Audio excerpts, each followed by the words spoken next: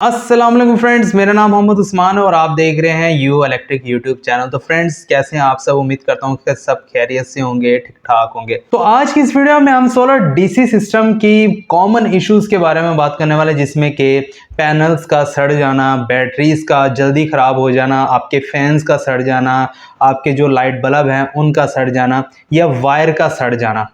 ये तमाम इश्यूज़ वो हैं जो कि अब तक मुझे इसकी शिकायत मौसूल हुई हैं कि उन्होंने सोलर डीसी सिस्टम लगाए हैं हमारे कस्टमर्स वगैरह ने, लेकिन हमसे नहीं लगवाए, कहीं और से लगवा लिए हैं। तो उनके सिस्टम्स को ये मसले दरकार हैं, ये मसले पेश आ रहे हैं। कभी पैनल सड़ गए हैं, कभी बैटरी ख़राब हो गई है, वो भाई पैसे पे पैसा लगा रहे हैं, लेकिन उनका जो इशू है वो रिज़ॉल्व नहीं हो रहा। वो बार बार मुझे फ़ोन करके कह रहे हैं कि उस्मान भाई ये मसला है।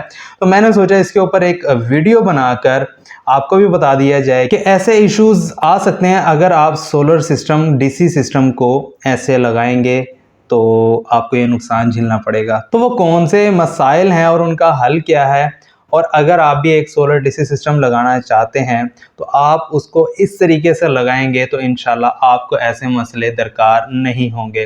तो ये सब कुछ जानने के लिए इस वीडियो को पूरा लाजमी देखिएगा। तो चलिए शुरू करते हैं। फ्रेंड्स, सोलर डीसी सिस्टम के ऊपर मैंने कई वीडियोस वगैरह बनाई हैं, जिसमें कि मैंने आपको 5 से 6 फैंस और एलईडी बल्ब और सिर्फ और सिर्फ 900 वाट के सोलर पैनल्स के ऊपर चला कर भी दिखाए हैं, और वो सिस्टम कामयाबी के साथ चल भी रहे हैं। बहुत ज़्यादा जो लोग हैं जिन्होंने वीडियो गौर से नहीं देखी, या अगर देखी भी है तो उन्होंने अपनी मर्ज़ी की है, वैसा सिस्टम नहीं लगाया जो कि मैंने वीडियो में बताया था। तो उनके जो सिस्टम हैं वो डेफिनेटली ख़राब हुए हैं। उनके सोलर पैनल्स भी सड़े हैं, उनकी बैटरीज जो हैं उनकी भी लाइफ कम हुई है, बैटरीज जल्दी ख़त्म हो गई हैं, और कईयों के जो बल्ब हैं जो लाइट्स लगा रहे हैं वो 2-2 दिन में ख़राब हो रही हैं, सड़ रही हैं। फ़ैन सड़ गए हैं डीसी। तो जो डीसी फ़ैन है उनकी तो वारंटी भी नहीं होती, ना बल्ब की वारंटी होती है। बैटरी की तो चलो वारंटी होती है, वो भी 6 महीने वारंटी होती है अगर आप पानी वाली बैटरी लगाते हैं। ड्राई बैटरी की 1 साल वारंटी होती है। अब पानी वाली जो बैटरी है वो जल्दी ख़त्म हो जाती है, क्योंकि उसका डीओडी जो है वो 50% है। डीओडी मतलब डेप्थ ऑफ डिस्चार्ज, यानी कि वो चार्जिंग तो 100% ले लेगी, लेकिन वो जो डिस्चार्जिंग है या फिर अपनी जो कैपेसिटी है वो 50% तक ही वो आपको अपनी चार्ज शुदा जो एनर्जी है वो प्रोवाइड करेगी, उससे ज़्यादा वो नहीं कर सकती। तो ये सबसे बड़ा मसला है। और दूसरा बड़ा मसला ये है कि आपके सोलर पैनल्स वगैरह भी सड़ जाते हैं, और आपके फ़ैन जो हैं वो भी सड़ जाते हैं, लाइट्स भी सड़ जाती हैं। अब ये सब क्या वजह है इसकी, तो ये जानने से पहले भाई, पहले आप चैनल पर नए हैं तो प्लीज़ चैनल को सब्सक्राइब कर लें, और साथ ही में बेल आइकन को लाजमी प्रेस कीजिएगा, ताकि आपको हमारी आने वाली तमाम वीडियोज़ का नोटिफिकेशन बर वक्त मिल सके। और इसी के साथ साथ अगर आप अपने YouTube चैनल की प्रमोशन करवाना चाहते हैं, या अपने सोलर और इलेक्ट्रिक के बिज़नेस की प्रमोशन हमारे चैनल पर करवाना चाहते हैं, तो यहाँ पर दिए गए व्हाट्सएप नंबर के ऊपर आप रब्ता कर सकते हैं और अपने चैनल और अपने बिज़नेस की प्रमोशन हमारे चैनल पर करवा सकते हैं। तो फ्रेंड्स, सबसे कॉमन वजह ये है कि आप जब भी सोलर सिस्टम लगाते हैं, अगर आप 12 वोल्ट का लगाते हैं सोलर पैनल, आप 150 वाट के ले आते हैं, मिसाल के तौर पे आप एक 600 वाट का सोलर सिस्टम लगाते हैं, उसके साथ आप 4 पैनल 150 वाट के लगाते हैं, और एक बैटरी ले आते हैं 100 एम्पेयर आवर की, यानी कि आप ओसाका की ले लेते हैं, जिस किसी की भी पानी वाली बैटरी ले लेते हैं, और फिर आप एक एमपीपीटी कंट्रोलर ले लेते हैं 60 एम्पेयर का, 50 एम्पेयर का, जितना भी आपको कोई रिकमेंड करता है आप उस मुताबिक एमपीपीटी कंट्रोलर ले लेते हैं। हालांकि अगर आप 150 वाट के सोलर पैनल लेते हैं तो उसमें एमपीपीटी सोलर चार्ज कंट्रोलर की ज़रूरत नहीं पड़ती। यही मेन इशू भी है और मेन वजह भी है कि आपको एमपीपीटी सोलर चार्ज कंट्रोलर की ज़रूरत नहीं है, लेकिन फिर भी आप एमपीपीटी सोलर चार्ज कंट्रोलर लगा रहे हैं। मिसाल के तौर पे आपका जो लोड है वो 50 एम्पेयर्स का है, तो आपने जो बैटरी है वो 100 एम्पेयर आवर की लगाई हुई है। अब उस 100 एम्पेयर आवर की जो बैटरी है, उस बैटरी की कैपेसिटी है 20 एम्पेयर आपको पर आवर दे सकती है डिस्चार्जिंग के टाइम, और चार्जिंग भी वो 20 एम्पेयर पर आवर के हिसाब से ही ले सकती है। अब वहां पर क्या करते हैं, वहां पर आप MPPT सोलर चार्ज कंट्रोलर लगाकर उस बैटरी को हैवी चार्ज करते हैं, या फिर MPPT सोलर चार्ज कंट्रोलर आपने लगा लिया। अब जो आप लगा रहे हैं MPPT सोलर चार्ज कंट्रोलर वो वैसे नहीं है जिसके अंदर इंटेलिजेंट सर्किट लगा हुआ होता है। ये एक देसी MPPT सोलर चार्ज कंट्रोलर होते हैं, मैंने भी काफ़ी सेल किए हैं और कई लोग सेल कर रहे हैं इस टाइम, जो कि देसी हैं। अब ये आपकी पावर को बूस्ट कर देते हैं, यानी कि आपने ज़्यादा वोल्ट्स दिए हैं तो उसको ये एम्पेयर्स में कन्वर्ट कर देता है। लेकिन अगर आपने 12 वोल्ट के ही सोलर पैनल लगाए हैं तो आप फिर MPPT सोलर चार्ज कंट्रोलर क्यों लगा रहे हैं? MPPT सोलर चार्ज कंट्रोलर वहीं पर लगेगा जहां आपके सोलर पैनल बड़े हैं। मिसाल के तौर पे आपका 250 वाट का सोलर पैनल है, आपका 300 का सोलर पैनल है, 400 वाट का सोलर पैनल है, 500 वाट का सोलर पैनल है। आपके पास ये बड़े सोलर पैनल मौजूद हैं जिनके वोल्ट्स ज़्यादा होते हैं। अब उनके जो अम्पेयर हैं वो वही हैं, यानी कि 7 to 10 अम्पेयर्स वो दे सकते हैं मैक्सिमम लोड के ऊपर।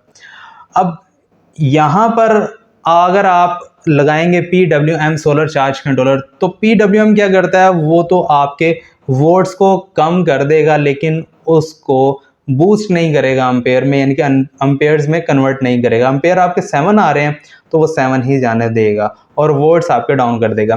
जबकि MPPT क्या करता है, वो आपके वोल्ट्स को कन्वर्ट कर देता है अम्पेयर्स में, आपके वोल्ट्स को 12 कर देता है और आपके वो जो बाकी के जो वोल्ट्स हैं, यानी कि 48 वोल्ट अगर आ रहे थे 12 में कन्वर्ट किया तो 36 वोल्ट को थोड़े सा लॉसेस के साथ वो अम्पेयर्स में कन्वर्ट कर देता है। लेकिन ये नहीं होता कि अगर आपने 500 वाट इनपुट पर दिया तो 500 वाट ही आपको आउटपुट पर मिलेंगे। 50 वाट्स लॉस हो सकते हैं, लेकिन PWM सोलर चार्ज कंट्रोलर के मुकाबले में बहुत कम है ये। अब यहाँ पर बात आती है, आपके पास 150 वाट के सोलर पैनल हैं तो आप MPPT सोलर चार्ज कंट्रोलर लगाएंगे तो ये आप ही का नुकसान है, क्योंकि जो देसी सोलर चार्ज कंट्रोलर होते हैं उसके अंदर इंटेलिजेंट सर्किट नहीं होता। वो ये नहीं देखता कि आपकी बैटरी को कितने एम्पेयर्स देने हैं, वो ये नहीं देखता कि आपकी बैटरी से एम्पेयर कितने लेने हैं। वो सिर्फ और सिर्फ अपनी सोलर चार्जिंग को ही जो वो देखता है, उसने बाकी और कुछ नहीं देखना। आपका सिस्टम सड़ रहा है या कुछ भी हो रहा है, उसने कुछ नहीं देखना। अब यहाँ पर मैं ये बात बताता चलूँ कि जो अगर आप इंटेलिजेंट सर्किट वाले MPPT सोलर चार्ज कंट्रोलर लेंगे तो वो बहुत महंगे हैं। अब एक MPPT सोलर चार्ज कंट्रोलर आपकी स्क्रीन के ऊपर चल रहा है। अब ये जो है ये सस्ता है 60 एम्पेयर में। अब ये दूसरा देख लें, ये वाला सोलर चार्ज कंट्रोलर इंटेलिजेंट है लेकिन ये महंगा है, ये चाइना वाला सोलर चार्ज कंट्रोलर है। तो ये जो सेकंड वाला मैंने आपको दिखाया ये तकरीबन 25 से 30 हज़ार रुपये तक का मिल जाता है। लेकिन जो पहले मैंने आपको दिखा दिया, जो अभी भी आपकी स्क्रीन पे चल रहा है, तो ये जो है तकरीबन 8 से लेकर 8.5-9 हज़ार तक का आपको बासानी मिल जाता है मार्केट से। दोनों ही 60 एम्पेयर के हैं, बल्कि ये जो चाइना वाला है अगर आप उसे 12 वोल्ट में लगाएंगे तो वो आपको तकरीबन 50 एम्पेयर ही देगा। ये जो दूसरा है जो सस्ते वाला मैंने आपको दिखाया ये 60 एम्पेयर। अच्छा, अब क्या होता है अगर जब आप लगाते हैं 12 वोल्ट के साथ 12 वोल्ट के पैनल, तो आप ये MPPT कंट्रोलर लगा लेते हैं, तो उससे होता ये है कि आपकी जो बैटरी है वो डेड हो जाती है, क्योंकि आप डायरेक्ट बैटरी से लोड ले रहे होते हैं। अब इसके अंदर MPPT कंट्रोलर के अंदर लोड की ऑप्शन नहीं होती कि आप वहाँ से लोड ले लें। इसके मुकाबले में अगर आप 50 एम्पेयर का 60 एम्पेयर का PWM कंट्रोलर लगाते हैं तो उसके अंदर लोड की ऑप्शन होती है। अब वो क्या करता है, उसके अंदर एक इंटेलिजेंट सर्किट होता है, वो आपके वोल्ट्स को 12 करके बैटरी को देता है। और अगर आप उसके लोड वाले ऑप्शन से, जो कि आप देख रहे हैं, अगर इस ऑप्शन से आप लोड को देते हैं, यानी कि फैंस वगैरह को देते हैं, अपने LED लाइट्स को लगाते हैं, अपने जो भी आप DC लोड चला रहे हैं इसके ऊपर, तो ये क्या करता है, ये चेक करता है कि आपकी जो बैटरी है, जो उसका डेड लेवल है, यानी कि अगर 9.5 वोल्ट्स बैटरी का डेड लेवल है और इसके ऊपर सेट है, तो जैसे ही आपकी बैटरी 9.5 वोल्ट्स के ऊपर डिस्चार्ज हो जाएगी, ये आपके लोड को कट ऑफ कर देगा। अब ये कट ऑफ कर देगा तो इससे होगा क्या, इससे होगा ये आपकी जो बैटरी है वो ओवर डिस्चार्ज होने से बच जाएगी, जिसकी वजह से उसकी लाइफ ज़्यादा हो जाएगी, आपकी बैटरी डेड नहीं होगी। अब आप यहाँ पर ये कहेंगे उस्मान भाई देखें, अगर हम बैटरी को 9.5 वोल्ट के ऊपर स्टॉप करवा देंगे तो यार हमें टाइम कैसे मिलेगा। तो भाई टाइम लेने के लिए आप अच्छी बैटरी लगाएं, आप ड्राई बैटरी लगा लें, आप ट्यूबलेट टॉल बैटरी लगा लें, आप लिथियम आयन बैटरी लगा लें। आपने ज़रूर पानी वाली बैटरी के ऊपर जाना है, माना कि सस्ती है लेकिन उसकी लाइफ भी कम है और उसके जो डिस्चार्जिंग टाइम है वो भी बहुत कम है, जिसकी वजह से आपके जो फैंस हैं, अगर आपने 100% भी बैटरी चार्ज कर दी है तो आपको सिर्फ 50% ही आपको आउटपुट दे पाएगी और बाकी उसके अंदर लॉसेस हो जाते हैं। और या फिर अगर आप उसे ओवर डिस्चार्ज करेंगे तो वो बैटरी ख़राब होने का भी ख़तरा है।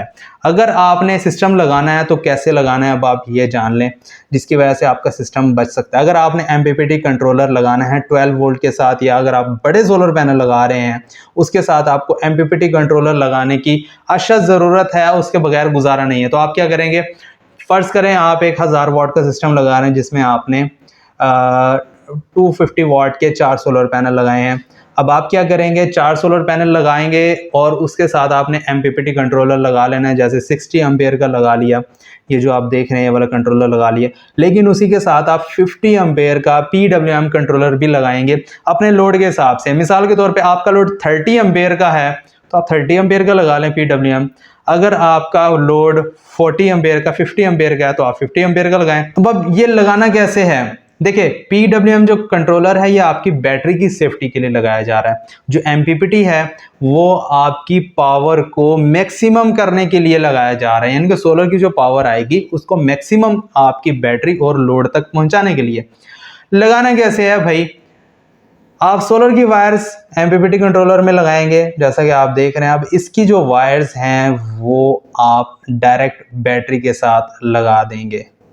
अब जब डायरेक्ट बैटरी के साथ लगाएंगे तो बैटरी की जो वायर्स हैं वो आप PWM सोलर चार्ज कंट्रोलर की बैटरी वाले टर्मिनल्स के अंदर लगाकर उसके लोड वाले ऑप्शन से आप अपने लोड को जोड़ेंगे।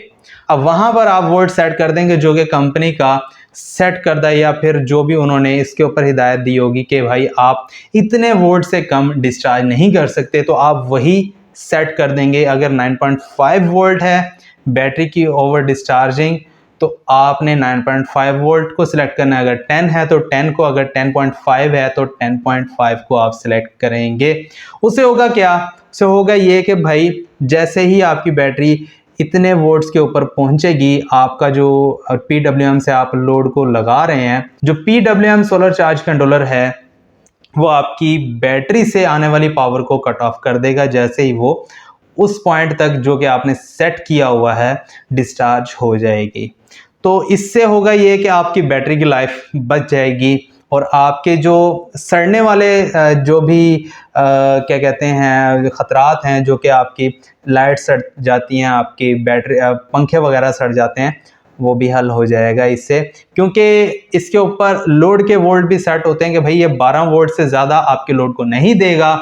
और अगर आपका जो देखें जो लाइट्स होती हैं और जो पंखे होते हैं वो सिर्फ 12 वोल्ट्स के लिए होते हैं, अगर आप उसे ज़्यादा देंगे, ज़्यादा एम्पेयर देंगे तो वो सड़ जाएंगे।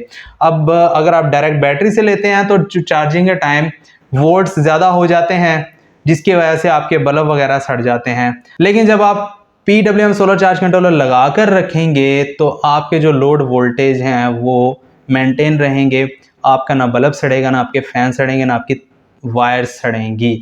तो अगर आप इस तरह सोलर सिस्टम लगाते हैं तो इंशाल्लाह उम्मीद करता हूं कि आपको कोई परेशानी का सामना नहीं करना पड़ेगा और आपका ये जो सोलर सिस्टम है ये दिन रात भी चलेगा और इंशाल्लाह लॉन्ग लाइफ भी चलेगा। आपकी बैटरी भी तकरीबन 2 से 3 साल पानी वाली निकाल जाएगी अगर आप इस तरह सिस्टम लगा लेते हैं। तो फ्रेंड्स उम्मीद करता हूँ यहाँ तक आपको वीडियो की समझ आई होगी, मेरी बात की समझ आई होगी। अगर आपको वीडियो पसंद आई हो तो प्लीज़ लाइक एंड शेयर लाजमी कीजिएगा। चैनल पर नए हैं तो प्लीज़ चैनल को सब्सक्राइब लाजमी कीजिएगा। इसी के साथ मुझे दीजिए इजाज़त, अपना बहुत सारा ख्याल रखिएगा, मुझे दुआ में याद रखिएगा। अल्लाह हाफिज़।